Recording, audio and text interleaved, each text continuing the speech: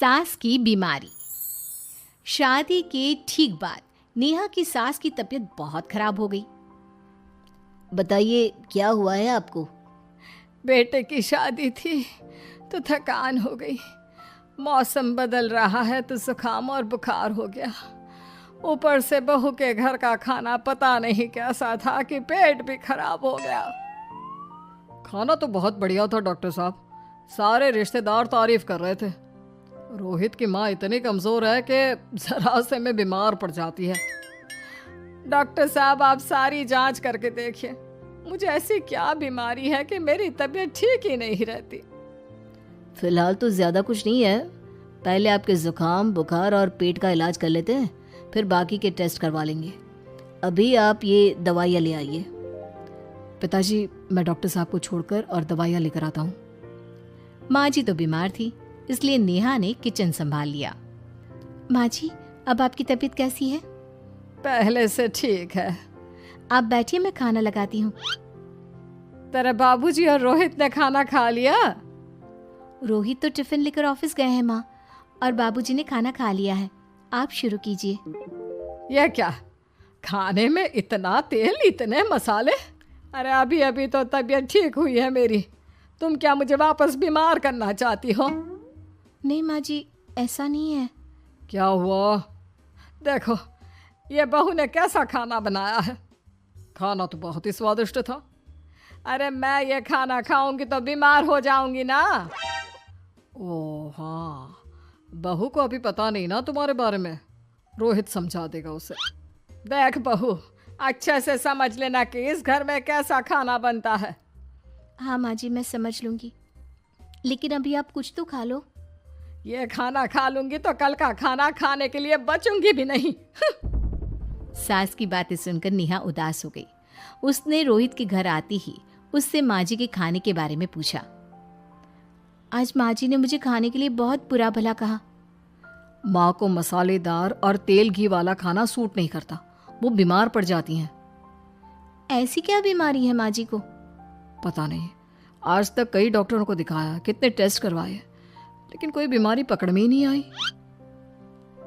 नेहा को कुछ समझ में तो नहीं आया, लेकिन उसने अपनी सास के हिसाब का खाना बनाना सीख लिया। माँ जी आज तो खाना ठीक है ना? खाना तो ठीक है, लेकिन ये मुआ रेडियो क्यों चल रहा है इतनी तेज आवाज में? वो माँ जी मैं अकेले काम करते करते बोर हो रही थी ना, तो टाइम पास करने के लिए चला दिया। तेरा इस टाइम पास के चक्कर में मेरा सर दर्द से फटने लगा है। तेज आवाज से मुझे माइग्रेन हो जाता है। सॉरी माँ जी, मुझे पता नहीं था। तुम्हें जब तक सब पता चलेगा तब तक मैं तो भगवान के पास ही पहुंच जाऊंगी। नहीं नहीं, ऐसा मत कहिए ना माँ जी। अब मैं कहीं भूख से ही ना मर जाऊं। खाना मेरे कमरे में रख दो। बेचारी नेहा, उस दिन उसे बहुत दुख हुआ। नेहा तुम रो क्यों रही हो? आज माँ जी ने मुझे बहुत बुरा भला कहा, मैं तो सिर्फ रेडियो सुन रही थी। ओहो, तुम माँ की बातों का बुरा मत मानो, उन्हें तेज आवाज से सर दर्द होने लगता है, दर्द की वजह से बोल दिया होगा कुछ। लेकिन मुझे तो ये सब पता ही नहीं था ना। इसीलिए बाबूजी ने मुझे पहले ही फोन करके सब कुछ बता दिया, और मैं तुम्हारे लिए ये हेडफोन लाया हूँ। अब तुम अपने गाने भी सुन सकती हो और माँ को परेशानी भी नहीं होगी। ये सिर्फ एक बात का हाल है, लेकिन माँ को तो हर चीज से परेशानी है। अब क्या कर सकते हैं, माँ बीमार ही इतनी रहती है। लेकिन माँ को ऐसी कौन सी बीमारी है? तुम्हें बताया तो था, किसी भी डॉक्टर को माँ की बीमारी समझ में नहीं आ रही। अब तुम भी ये सब सोचना छोड़ दो, ये हेडफोन लो और अपने पसंद के गाने सुनो। रोहित के गिफ्ट से नेहा की एक परेशानी तो दूर हो गई, लेकिन उसके मन में कई सवाल खड़े हो गए। आज मैं देर से उठाऊं या तुम जल्दी उठ गई? वो माँ जी को कल रात भर सर दर्द हुआ ना, तो जल्दी उठकर उनकी जगह मैंने पूजा कर दी। अरे वाह, आछ, आछ, हे भगवान, ये किसकी करामत है? ये तो माँ जी की आवाज है। चलो चल के देखते हैं। क्या हुआ माँ? आछ, यह घर में गुलाब कौन लाया? मुझे नहीं पता, मैं तो अभी उठा हूँ। माँ जी आप कल रात भर सो नहीं पाई, तो मैंने जल्दी उठकर पूजा पाठ किया। घर में फूल नहीं थे ना, तो मैं बाजार से गुलाब के फूल ले आई। नेहा, माँ को गुलाब के फूल की एलर्जी है। अब मुझे ये कैसे पता होगा? अच्छा, तुझे कुछ पता नहीं तो तू वही काम क्यों करती है जिससे मेरी तबीयत खराब हो जाए? रोहित के बाबूजी, ये बहू मेरी जान लेना चाहती है। माँ जी, मुझे ऐसा करके क्या मिलेगा? वो तो तुझे ही पता, लेकिन कुछ तो है। रोहित की माँ, बस करो।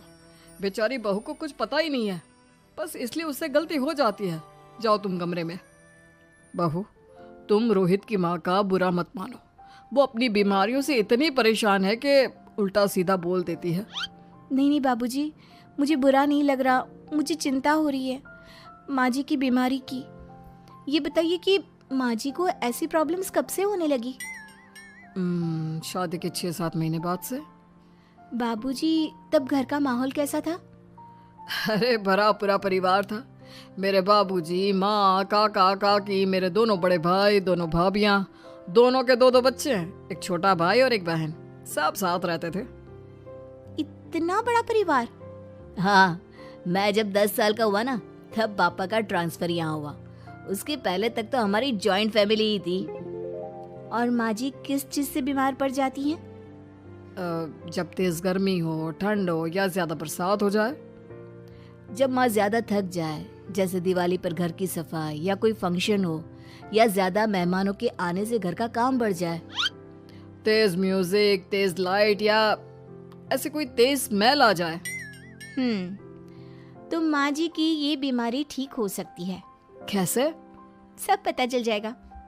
आप कल माँ जी की टेस्ट रिपोर्ट लेने जाने वाले हो ना? हाँ। तो सुनिए क्या करना है। अगले दिन रोहित माँ जी की रिपोर्ट्स लेकर आता है। माँ, बाबूजी, नेहा। अरे क्या हो गया रोहित? माँ जी की रिपोर्ट आ गई है। कुछ सीरियस है क्या? जिसका डर था वही हुआ। अरे गोल गोल बातें मत कर, सीधी तरफ बता बेटा, क्या हुआ है मुझे? माँ, आपकी किडनी, लिवर सब फेल हो गया है। आपका दिल भी कमजोर हो गया है। डॉक्टर ने कहा है कि आपके पास सिर्फ 1 महीना बचा है। ये क्या बक रहा है? ऐसा हो ही नहीं सकता। मुझे लग ही नहीं रहा कि मैं इतनी बीमार हूँ। लेकिन माँ जी, रिपोर्ट झूठी तो नहीं हो सकती ना? हाँ, माँ को 20 साल की उम्र से बीमारी लग गई थी, लेकिन कोई डॉक्टर पकड़ नहीं पाया और अब ये बीमारियां बहुत ज्यादा बढ़ गई हैं। हाँ रोहित की माँ, तुम्हें याद है शादी के 6 महीने बाद से तुम बीमार रहने लगी थी। अरे लेकिन वो अलग था, मुझे ऐसे कोई बीमारी नहीं हो सकती। ये तुम कैसे कह सकती हो माँ? हाँ, तुम उस वक्त बीमार पड़ी थी ना, और अब डॉक्टर भी यही कह रहे हैं, तो सच ही तो होगा। और आप तभी से बीमारी तो रहती आई हैं। अरे लेकिन तब मैं बीमार थी ही नहीं। क्या मतलब? अरे तब मैं बीमारी का नाटक करती थी, मुझे कुछ नहीं हुआ था। ये क्या बोल रही हो? हाँ, घर में इतने सारे लोग थे और सबसे छोटी बहू मैं थी, तो सारा काम मुझे करना पड़ता, इसलिए काम से बचने के लिए मैं नाटक करने लगी। लेकिन आपको अभी भी वही बीमारियां होती है ना माँ? हाँ, अगर नाटक था तो ये प्रॉब्लम तुम्हें अभी क्यों होती है? इसका जवाब मैं देती हूँ। माँ जी कई महीनों तक नाटक करती रही, इसलिए इनके दिमाग ने धीरे धीरे इस झूठ को सच मान लिया और इनका दिमाग उन बीमारियों का एहसास कराने लगा। हैं? ऐसे भी होता है क्या? हाँ माँ जी, इसे प्लेसिबो इफेक्ट कहते हैं। जब आप बात बात पर बीमार पड़ने लगी तो मैंने अपने मामा से बात की, जो एक साइकोलॉजिस्ट है। उन्होंने बताया मुझे। तो ये रिपोर्ट्स? मैंने झूठी रिपोर्ट बनवाई थी नेहा के कहने पर, ताकि आप सच बताएं। यानी मुझे कुछ नहीं हुआ? नहीं माँ जी, और आपकी इस प्रॉब्लम का भी सोल्यूशन है। हम किसी अच्छे साइकोलॉजिस्ट को दिखाएंगे और आप जल्द ही ठीक हो जाएंगी। वाह बहू, मैंने तुझे इतना भला बुरा कहा और तूने मेरी जिंदगी भर की तकलीफें दूर कर दी। थैंक यू और सॉरी बहू। अरे मुझे भी तो सॉरी कहो, पूरी जिंदगी तुम्हारी सेवा की है, वो भी झूठ मूठ की बीमारी के लिए। हाँ हाँ, आप भी माफ कर दो मुझे, बस सॉरी।